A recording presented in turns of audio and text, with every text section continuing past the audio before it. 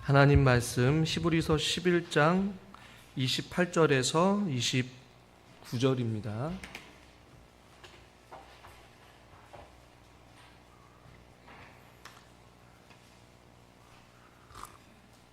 히브리서 11장 28절에서 29절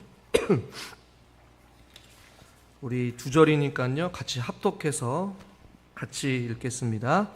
믿음으로 유월절과 피 뿌리는 예식을 정하였으니 이는 장자를 멸하는 자로 그들을 건드리지 않게 하려 한 것이며 믿음으로 그들은 홍해를 육지같이 건넜으나 애굽 사람들은 이것을 시험하다가 빠져 죽었으며. 아멘. 주일 예배에 나오신 여러분들을 환영하고 축복합니다. 우리 아까 찬양으로 우리 특성으로 고백했던 것과 같이 우리 옆에 있는 분들한테 우리 권사님은, 장로님은, 집사님은 사랑받기 위해 태어난 사람입니다. 축복합니다. 인사합시다.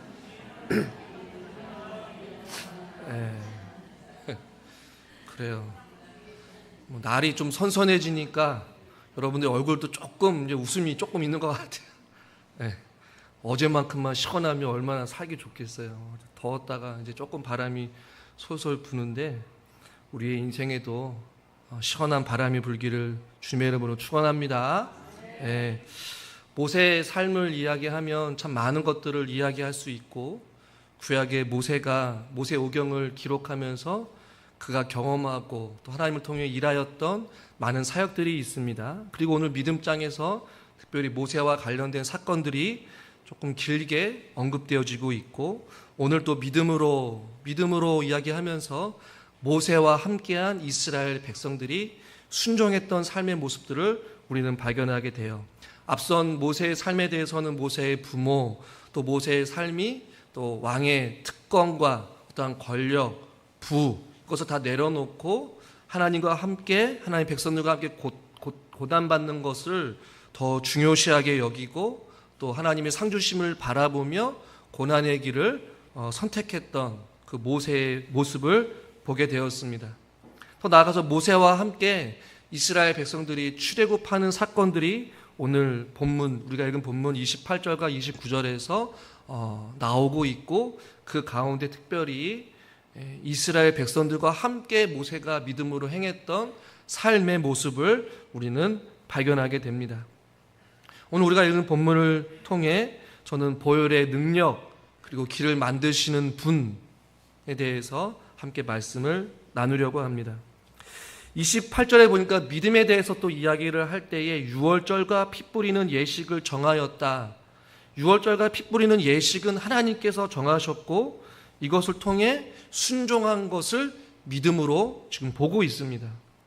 이 유월절과 피 뿌리는 예식, 이것은 모세가 출애굽할 때의 마지막 10번째 재앙을 암시하는 것 같습니다. 마지막 10번째 재앙이 여러분 무엇이었습니까? 사람이든지 짐승이든지 애굽에서 처음 난 것을 다 죽이겠다라는 하나님의 무서운 재앙을 하나님께서 선포하시죠. 그런데 하나님께서 피할 수 있는 방법을 굉장히 구체적으로 알려주십니다. 무엇입니까? 어린 양을 잡아 그 피를 문에 바르는 것. 그럼 그 피를 본 죽음의 사자는 그 집을 넘어갔고 건드리지 않겠다라는 하나님의 약속을 이스라엘 백성들이 모세와 아론을 통해 알려주게 됩니다. 그 어린 양의 피가 이스라엘 백성들을 구원하여 주신 것이죠. 이것이 믿음으로 오늘 히브리서에서 나온 것은 유월절 어린 양, 이 유월절 피, 이 예식은 이스라엘 백성들이 계속해서 지켜왔었고, 신약에 와서 유월절 어린 양을 누구를 의미하느냐, 누구를 상징합니까? 바로 예수 그리스도, 거룩한 보혈의 피를 의미합니다. 그래서 오늘 우리가 읽은 이 본문은 어떻게 보면 구약의 사건이기도 하지만 그리스도의 구원의 사건을 미리 보여주고 그것을 재해석하는 것이에요. 그리고 이 유월절 피 뿌리는 예식, 예수 그리스도의 보혈의 공로, 예수 그리스도의 피를 이야기하고 있고, 구약뿐만 아니라 신약에서도 예수님이 어린 양의 피로 이 땅 가운데 죽음을 당하셨다라고 말씀하고 있어요. 요한복음 1장 29절, 보라, 세상 죄를 지고 가는 하나님의 어린 양이로다. 고린도전서 5장 7절에도 우리의 유월절 양 곧 그리스도께서 희생되셨느니라. 바울은 아주 노골적으로 이야기해요. 우리의 유월절 양이 누구냐? 바로 그리스도가 희생하셨다. 구약의 이 사건, 어린 양을 잡아서 피를 문설주에 바르는 이 사건이 계속해서 이어졌고 그것을 기념했지만 시작에 와서 예수님이 친히 어린 양이 되셔서 희생되셨고 우리의 죄를 대신 짊어지시고 우리에게 무엇을 주신 거예요? 구원의 은혜를 주신 것이에요. 오늘 저는 이 본문에서 이것을 믿음으로 보고 있다는 것이에요. 하나님의 심판에서 구원받는 길은 오직 어린 양 대신 예수 그리스도의 보혈을 믿고 의지하는 것이 바로 믿음이다라는 것이. 여러분, 예수 그리스도의 보혈의 능력을 믿으십니까? 에베소서 1장 6절과 7절 같이 한번 읽겠습니다. 이는 그가 사랑하시는 자 안에서 우리에게 거저 주시는 바 그의 은혜의 영광을 찬송하게 하려는 것이라. 우리는 그리스도 안에서 그의 은혜의 풍성함을 따라 그의 피로 말미암아 속량 곧 죄 사함을 받았느니라. 아멘. 아멘. 이것을 왜 오늘 성경에서 믿음이라고 이야기를 할까요? 하나님께서 모세를 통해 이스라엘 백성들에게 말씀하셨어요. 내가 마지막 이 재앙을 내릴 것인데 사람이든지 짐승이든지 다 처음 난 것은 죽일 것이다. 있을 수 없는 일이죠. 그들이 인생을 살아오면서 한 번도 경험해보지 못한 10가지 재앙들 가운데 마지막 재앙. 성경에 보니까 모세가 그 말씀을 전하였고 이스라엘이 그대로 행하였다. 모세와 아론이 명령하신 대로 그대로 준행했다라고 말씀하고 있어요. 갑자기 하나님께서 말씀하신 거예요. 어린 양을 잡아서 그 피를 문에 바르라는 것이. 이해할 수 없는 하나님의 명령이었죠. 그러나 그들은 모세가 말씀한 대로, 하나님께서 모세를 통해 말씀하신 대로 그래야지만이 살 수 있다라는 그 말씀을 듣고 믿음으로 순종하며 어린 양을 잡아서 그들의 문에 발랐다라는 것이에요. 그렇게 순종한 자만이, 죽음의 사자가 그 집을 넘어가게 되었고 건드리지 못하게 되었고 그들이 구원을 받게 되었다라는 것이. 그 하나님의 말씀에 순종한 것, 그것이 바로 믿음이다라고 성경은 말씀하고 있는 것이에요. 참된 믿음은 무엇이냐? 우리에게 적용해 보면 오직 예수 그리스도만이 우리를 구원할 수 있는 유일한 어린 양이시다라는 것을 믿음으로 고백하고 그 말씀을 붙잡고 그 능력으로 살아가는 것, 순종하는 것, 그것이 바로 믿음이라는 것이. 참된 믿음은 예수 그리스도가 우리의 유일한 어린 양이다. 세상 죄를 짊어지고 가신 우리의 유일한 구원자이심을 믿고 그 보혈의 공로를 의지하여 주님 앞에 나아가는 것. 그 사실을 믿는 자만이 구원에 이룰 수 있다라고 성경은 말씀하고 있는 것이. 여러분, 다시 한번 질문하겠습니다. 예수 그리스도가 우리의 유일한 구원자이심을 믿습니까? 그 보혈의 공로로 우리가 죄사함의 은혜를 누린 것을 믿으십니까? 우리는 그 보혈의 능력을 의지하는 것이에요. 그 보혈의 능력을 찬양하는 것이에요. 그 보혈의 능력으로 살아내는 것입니다.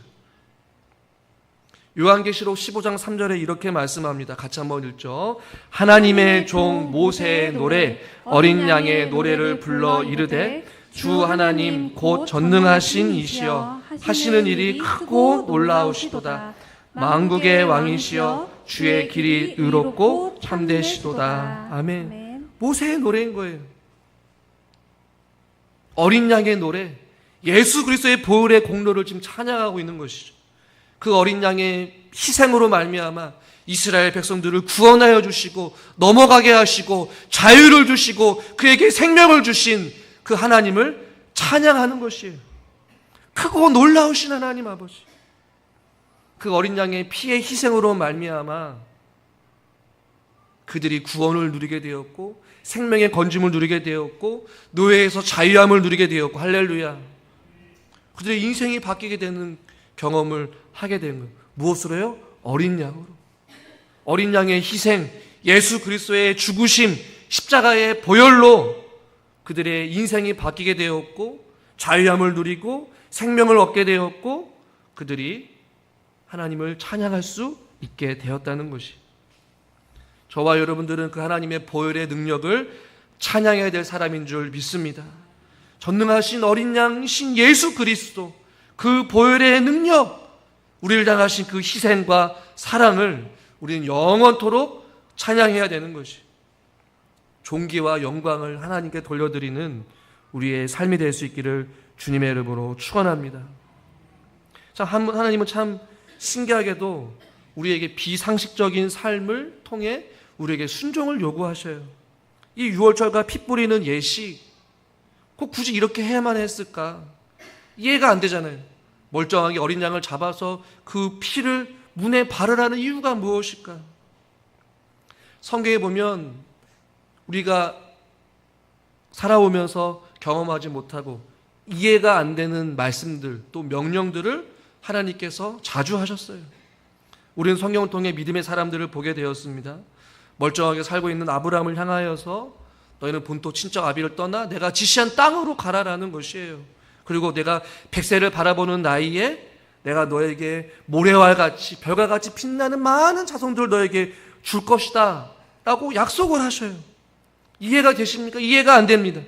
노아에게는 어떻습니까? 하늘에 구름 한 점이 없는데 배를 지으라는 것이에요. 배를 왜 지으라고 했을까? 이해할 수 없습니다. 그러나 노아는 순종합니다. 오랜 시간 동안 하나님께서 명령하신 대로 준행하여서 배를 짓습니다. 이스라엘 백성들도 마찬가지예요. 가족의 목숨을 구원하기 위해서 어린 양을 잡아 문에 피를 바르는 이 행위, 이해 안 되는 행위입니다. 그러나 이들은 하나님께서 말씀하신 대로 다 준행하여서 그 비상식적이고 이해 안 되는 하나님의 말씀에 온전히 순종함으로 살아갔어요. 언제 어떻게 무슨 일이 일어날지 모르지만 하나님께서 말씀하셨으니 주님 내가 그 말씀대로 순종하겠습니다 라고 살아갔어요. 그것을 오늘 성경에서 믿음이라고 말씀하고 있는 거예요. 하나님께서 유월절과 피 뿌리는 예식을 하나님께서 정하셨습니다. 인간이 정한 것이 아니에요. 인간이 계획한 것이 아닙니다. 하나님께서 말씀하셨고 하나님께서 그렇게 하라고 준행하라고 명령하셨기 때문에 이스라엘 백성들과 모세는 전하였고 그대로 행하였습니다. 그럴 때에 그들에게 구원의 역사, 생명의 역사, 자유함의 역사가 그들 가운데 있게 된 것이었어요. 하나님은 지금도 우리에게 우리의 상식과 이성을 뛰어넘어서 때로는 순종을 요구하시고 때로는 말씀 앞에 복종하라고 때로는 말씀하십니다. 그럴 때마다 우리는 어떻게 반응해야 될까요? 주님께서 말씀하시니 주의 종이 듣겠나이다. 할렐루야. 하나님이 말씀하셨어요. 말씀하신 그 하나님은 누구이십니까? 전능하신 하나님이셔요. 모든 만물을 창조하신 하나님이십니다. 그 하나님이 피조물인 우리들에게 말씀하신 거예요. 왜 그 말씀을 하실까? 우리에게 구원의 은혜를 베풀어 주시려. 하나님은 우리를 일부러 고난 가운데 내몰지 않으셔요. 일부러 환난 가운데 내버려 두지 않습니다. 일부러 불 가운데, 물 가운데 지나가게 하지 않으신다라는 얘기예요. 우리에게 가장 좋은 것으로 우리에게 은혜를 주시고자, 우리에게 자유를 주시고자, 우리에게 생명을 주시고자 우리에게 하나님께서 말씀하시는 줄 믿습니다. 때로 이해가 안 될 때가 있어요. 납득이 안 돼요. 하나님 왜 굳이 이 상황에서 이렇게 우리에게 말씀하십니까? 그럴 때마다 하나님이 나에게 좋은 길로 인도해 주시려고, 어려운 상황 속에서도 순종의 삶을 요구하시는구나 라고 깨달으며 순종하는 자들에게는 놀라운 역사가 일어나게 될 것이고, 만약에 그것에 의문을 가지고 여전히 버티는 자들에게는 하나님께서 계속해서 말씀하실 거예요. 저는 성경에서는 자세히 나오진 않았지만 저는 한번 생각해 봅니다. 모세가 그렇게 어린 양을 잡아서 문설주에 피를 바르라고 했을 때 순종했다라고 말하지만 그 가운데 그 중에는 의심하는 자들도 있었을 거예요. 아이 설마, 미루는 사람도 있었을 거예요. 아이 좀 나중에 하지, 지금 바쁘니까. 지금 내가 먹고 살기 바쁜데 지금 무슨 어린 양을 갑자기 잡아가지고 피에 뭐 발러. 먹고 살기도 바쁜데 어린 양 잡는 게 아까운 거예요. 또한 반대로 하나님을 잘 모르지만 그동안 행해했던 9가지 재앙을 통하여서 하나님이 어떠한 분인지 알게 된 사람들은 그 모세의 말을 듣고 또 순종한 사람도 있었을지 모르겠어요. 성경에 이렇게 나와 있지 않지만 저는 그런 생각을 해봅니다. 우리도 마찬가지죠. 믿음 생활을 하면서 지금 즉시 순종하는 사람들이 있어요. 그러나 자꾸만 뒤로 밀어요. 그 기준과 그 시기와 그 때와 그 방법을 내 중심으로, 내 생각대로, 내 상황에 맞춰서 순종하고 따르는 사람들이 있단 말이에요. 그럼 여러분 기억하십시오. 그 죽음의 사자, 그 하나님의 심판의 사자가 하나님께서 말씀하신 그 때와 내가 생각하고 있는 그 때와는 다를 수 있다는 것을 우리는 기억해야 합니다. 그럼 성경에서 왜 이것을 믿음으로 보느냐? 하나님께서 정하신 그 예식을 정했다는 얘기는 하나님의 방법과 하나님의 그 시기와 그 때를 누가 정했다는 거예요? 하나님이 정하셨다는 거예요. 하나님의 때에 이스라엘 백성들이 순종했다는 것을 우리에게 말씀해 주고 있는 것이에요. 여러분, 그래서 믿음은요, 내가 내 스스로 납득이 되거나 내가 내 상황과 판단에 맞춰서 순종하는 것이 믿음이 아닌 거예요. 하나님께서 말씀하셨을 때에, 마음에 감동이 있을 때에, 결단했을 때에 순종하는 것이 믿음인 줄 믿습니다. 또 28절, 이것을 믿음으로 보는 거예요. 유월절과 피 뿌리는 예식을 정하였으니 그 정한 대로 이는 장자를 면하시는 자로 그들을 건드리지 않게 하려 함이라.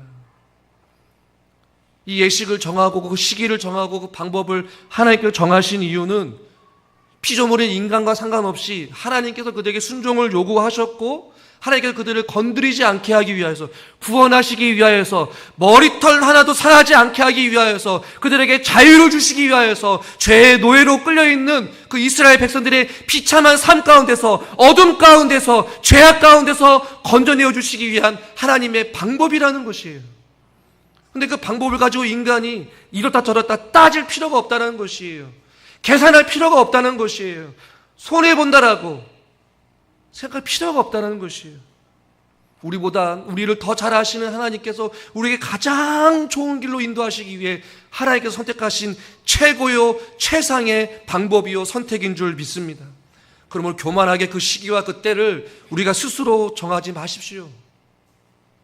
그 기회는 하나님께서 주시는 것입니다. 자, 두 번째, 또 다른 믿음을 우리는 보게 됩니다. 29절 말씀을 같이 한번 읽겠습니다. 믿음으로 그들은 홍해를 육지같이 건넜으나 애굽 사람들은 이것을 시험하다 빠져 죽었으며.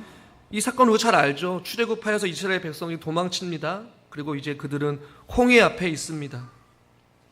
근데 믿음으로 그들은 홍해를 육지같이 건넜다. 이것을 믿음이라고 봐요. 물론 맞죠. 우리가 이 사건을 잘 알기 때문에. 우리 앞에 또 마찬가지로 홍해와 같은 어려움이 있습니다. 그러나 그 어려움을 우리는 믿음으로 통과할 수 있음을 성경을 통해 또 보여주고 있는 거예요. 이스라엘 백성들만 홍해를 육지와 같이 건널 수 있느냐? 아니에요. 믿음으로 사는 자들은 홍해와 같은 어려움을 만날지라도 마치 그것을 육지와 같이 걷는 것처럼 그 문제와 어려움과 환난을 우리가 어떻게 할 수 있다는 얘기예요? 건널 수 있다라는 거예요. 뒤에는 애국 군대가 뒤따라오고 있습니다. 앞에는 출렁이는 홍해 바다가 있었어요. 숨이 막히는 순간이죠. 어려움입니다. 고통입니다. 환난입니다. 순종의 삶을 살다가도 때로는 믿음 생활을 하면서도 때로는 이런 홍해와 같은 문제들이 우리 가운데 있단 말이에요. 그러나 그 문제 앞에서 믿음으로 사는 자들은 그 문제를, 그 홍해를 육지와 같이 건널 수 있다라는 거예요. 여러분은 혹시 어떤 홍해 앞에 서 있으십니까? 누군가는 질병의 고통의 앞에 있을지 모르겠어요. 치료의 방법도 없고 버틸 수밖에 없는 상황, 또 경제적인 어려움 속에 또 자녀의 문제들로 인하여서 사방이 막혀 있어서 인간이 스스로 아무것도 할 수 없는 그 막막한 현실을 우리가 때로는 마주할 때가 있단 말이죠.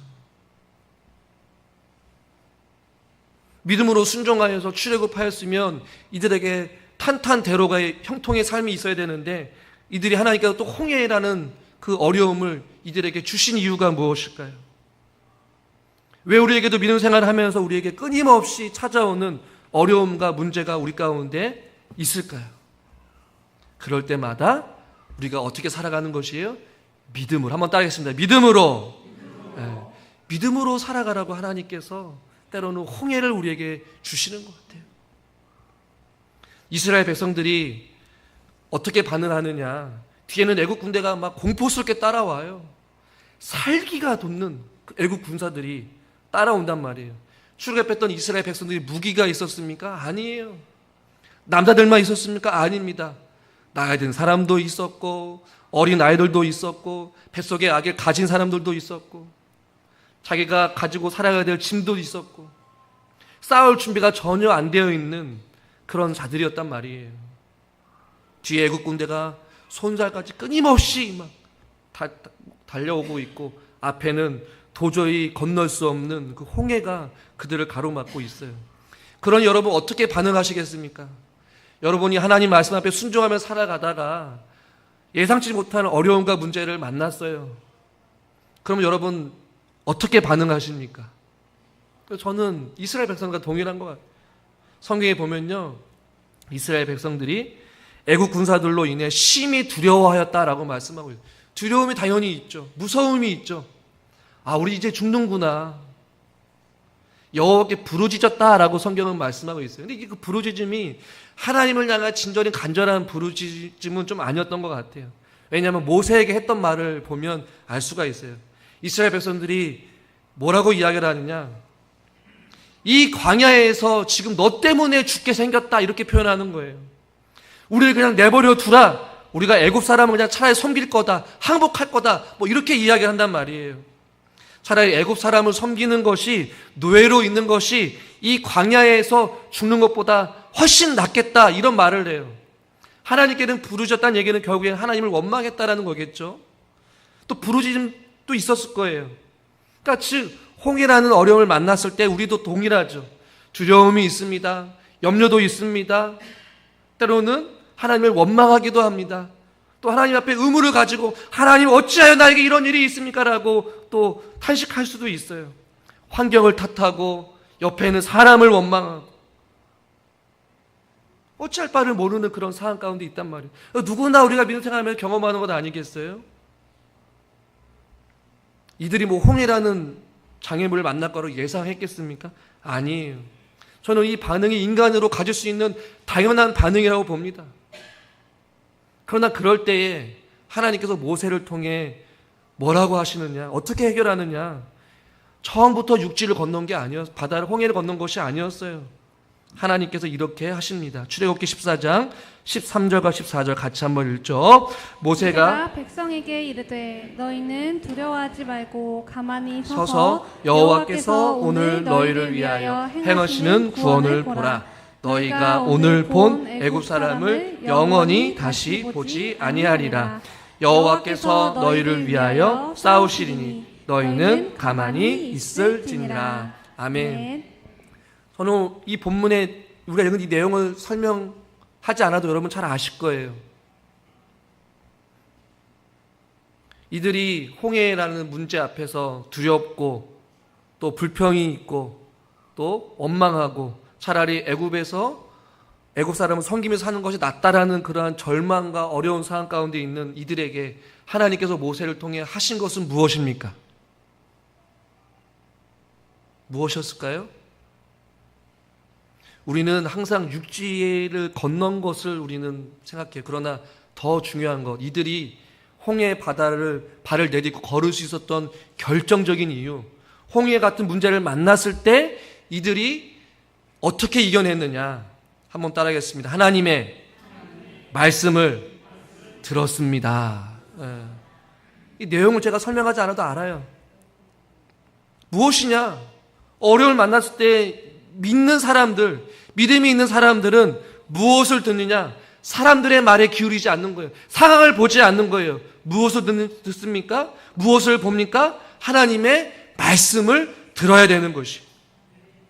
홍해와 같은 문제 앞에서 우리가 더욱더 붙잡아야 될 것, 더욱더 의지해야 될 것, 더욱더 바라봐야 될 것은 무엇이냐? 바로 우리 하나님의 말씀인 줄 믿습니다.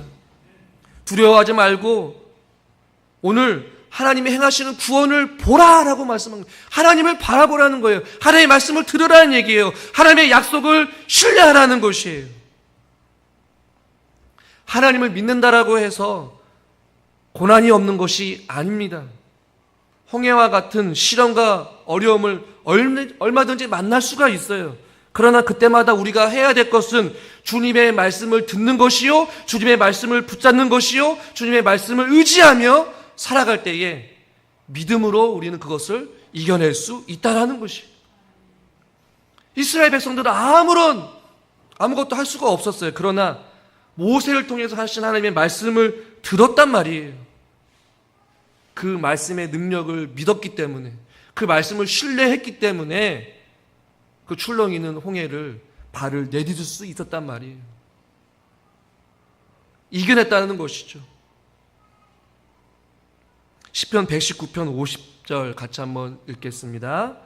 이 말씀은 나의 고난 중에 위로라. 주의 말씀이 나를 살리셨기 때문이니이다. 아멘. 고난 중에 뭐라고요? 위로라. 무엇이요? 주의 말씀이. 그 말씀이 우리 어떻게 했다고요? 살리셨다라는 거예요. 여러분 문제 앞에 섰을 때, 홍해와 같은 어려움이 있을 때 우리가 무엇을 찾아야 됩니까? 무엇을 사모해야 됩니까? 무엇을 붙잡아야 됩니까? 다시 말씀을 시작해야 돼요. 하나님의 말씀을 붙잡아야 돼요. 그 말씀의 능력을 신뢰하고 그 말씀을 붙잡고 살아가는 것이. 그러니 우리는 하나님의 말씀을 힘써 알아가야 되는 거예요. 그때마다 성령님께서 말씀을 생각나게 해주시고 그 말씀을 기억하게 해주셔서 그 말씀으로 이겨내는 거예요. 그 말씀이 우리를 위로케 하시고 그 말씀이 우리를 살리게 하시는 거예요. 두려움과 원망과 절망과 육체적인 고통 앞에서 염려와 근심 속에 살아가는 우리들에게 하나님께서 적시적소에 필요한 말씀을 통해서 우리의 영혼을 새롭게 하시고 우리를 위로하게 하시고 담대함을 주시고 믿음을 주시고 새 힘을 주셔서 그 일들 앞에서도 문제를 바라보지 아니하고 문제보다 뛰어나신 하나님이 약속을 붙잡고 믿음으로 담대히 나아갈 수 있는 용기도 생기고 담대함도 생기는 것이에요. 근데 우리는 그 말씀을 잘 듣고 그 말씀을 붙잡아야 될 줄 믿습니다. 그 말씀을 듣고 모세가 너희는 가만히 서서 너에게 행하신 하나님의 구원을 바라보아라. 너희는 가만히 있을지어다. 너희를 위해서 하나님이 싸울 것이다. 그 말씀을 붙잡고 홍해를 건넌 거예요. 한 걸음 한 걸음 믿음으로 나아갈 때에 하나님께 오늘 제목과 같이 길을 만들어 주신 거예요. 여러분, 어느 누구가 그 홍해를 가르고 육지를 만들겠습니까? 하나님만이 하실 수 있는 건 아니겠어요? 주의 말씀을 의지하고 신뢰하는 자들에게 첫 발을 내딛는 자, 순종하는 자, 말씀대로 순종하면 걸어가는 자들에게 하나님께서는 길을 열어주시는 거예요. 상상할 수 없는 일이 펼쳐지는 것이죠. 단순히 길을 열어주셨습니까? 홍해의 바다를 가르고 육지를 만드시는 건 하나님만이 하실 수 있는, 불가능을 가능케 하신 것이죠. 우리의 인간으로는 불가능한 것 같고 우리의 경험상 이것은 안 되는 것 같고 도저히 방법을 찾을 수도 없는 그 상황 속에서 주의 말씀을 의지하고 하나님 나를 버리지 아니하셔, 하나님 나를 불쌍히 여기셔, 하나님 나와 함께 하셔, 하나님은 불가능이 없으신 분이야 라고 믿음으로 순종하며 끝까지 그 길을 걸어갈 때에 길이 없어 보이고 방법이 없어 보일 때 하나님께서 길을 보여주시고 방법을 알려주시고 그 문제를 역전시켜 주시는 하나님이신 줄 믿으시길 바랍니다. 그런 말씀을 신뢰하십시오. 말씀을 붙잡으십시오. 그리고 믿음으로 순종하며 한 걸음 한 걸음 내딛어 보십시오. 그럼 상상할 수 없는 일들이 일어나게 될 것입니다. 자, 그러나 마지막으로 한 가지 더 살펴볼 것은 애굽 사람들을 좀 언급하고 있어요. 믿음을 이야기하면서 29절 말씀 같이 한번 읽겠습니다. 믿음으로 그들은 홍해를 육지같이 건넜으나 애굽 사람들은 이것을 시험하다가 빠져 죽었으며. 믿음의 삶을 이야기하다가 애굽 사람을 또 비교하면서 언급하고 있어요. 이 애굽 사람이 무엇을 잘못했느냐? 애굽 사람들은 이것을 시험하다가, 이것이 무엇입니까? 여러분, 이것이 무엇이에요? 이스라엘 백성들과 동일하게 자기네들 한번 걸어보겠다라고 홍해 바다를 건넌 것 아니겠어요? 이것을 시험했다라고 말씀하고 있어요. 그 유사한 사건이 여러분 이해를 돕기 위해 사도행전 19장에 보면 바울이 에베소 지역을 전도하는 사건들이 나옵니다. 놀라운 능력을 베풀어요. 바울의 몸에서 손수건과 앞치마를 가져다가 병든 사람 앞에 앉으면 그 병이 떠나가고 귀신도 나가는 놀라운 일들이 일어나게 되었어요. 돌아다니면서 돈을 버는 어떤 마술사들과 유대인들이 시험 삼아서 귀신 들린 자들에게 주 예수의 이름을 불러서 이야기를 합니다. 그 가운데 제사장의 아들, 스게야의 아들 7명의 아들들도 동일하게 그것들을 흉내내요. 따라해요. 그런데 악기가 귀신 들린 사람이 이야기를 합니다. 내가 예수도 알고 바울도 아는데 너희는 도대체 누구냐라는 것이.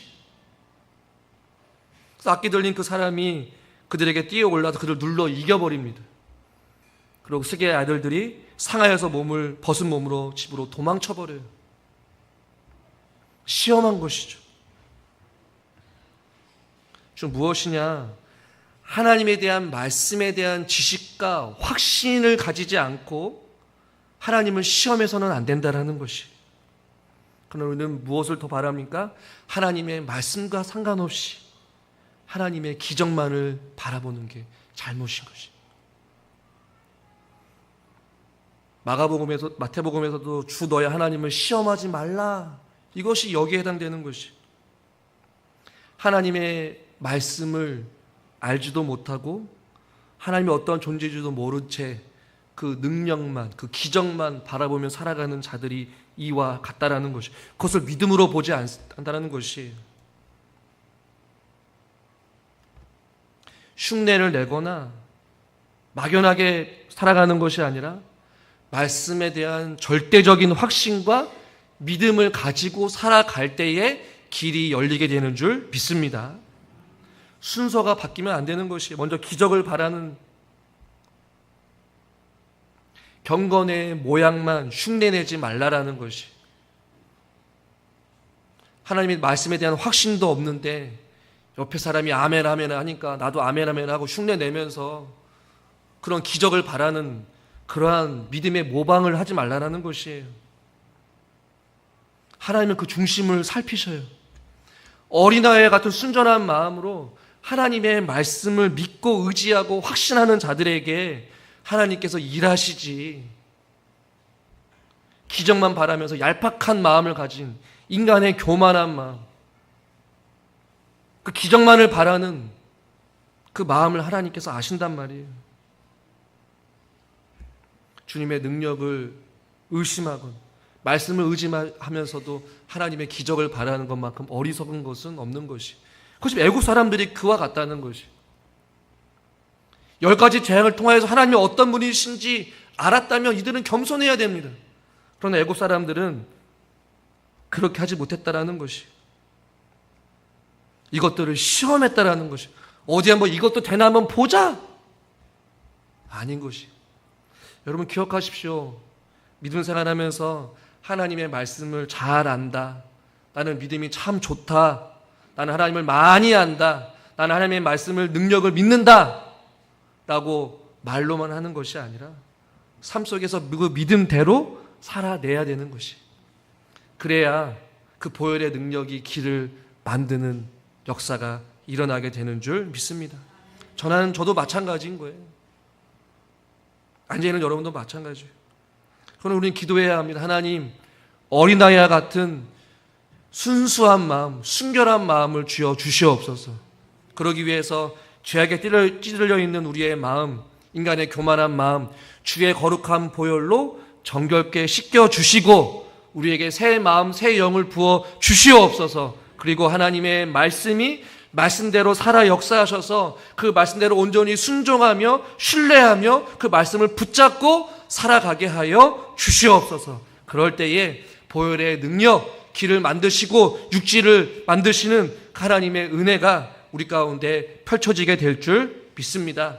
혹시라도 여러분 여전히 홍해 앞에서 망설이고 주저앉아 있어서 발을 내딛지 못하고 있는 성도들이 있다면 오늘 말씀을 통하여서 결단하고 믿음으로 순종하며 출렁이는 그 홍해 바다에 첫 발을 내딛고 믿음으로 결단하며 주님 앞에 순종함으로 나아가 보십시오. 그럴 때 반드시 하나님께서 상상하지도 못할 일들을 우리에게 보여주실 것입니다. 우리는 그것을 경험하며 이 땅 가운데 오히려 어린 양이신 그 예수 그리스도의 보혈의 능력을 찬양하며 하나님께 영광을 돌리는 저와 여러분 모두가 될 수 있기를 주님의 이름으로 축원합니다. 하나님 아버지, 어린 양의 보혈의 능력을 믿습니다. 홍해 가운데서도 길을 만드시는 하나님의 능력을 믿습니다. 말씀을 의지합니다. 말씀을 붙잡습니다. 말씀대로 살아가게 하여 주시옵소서. 예수님의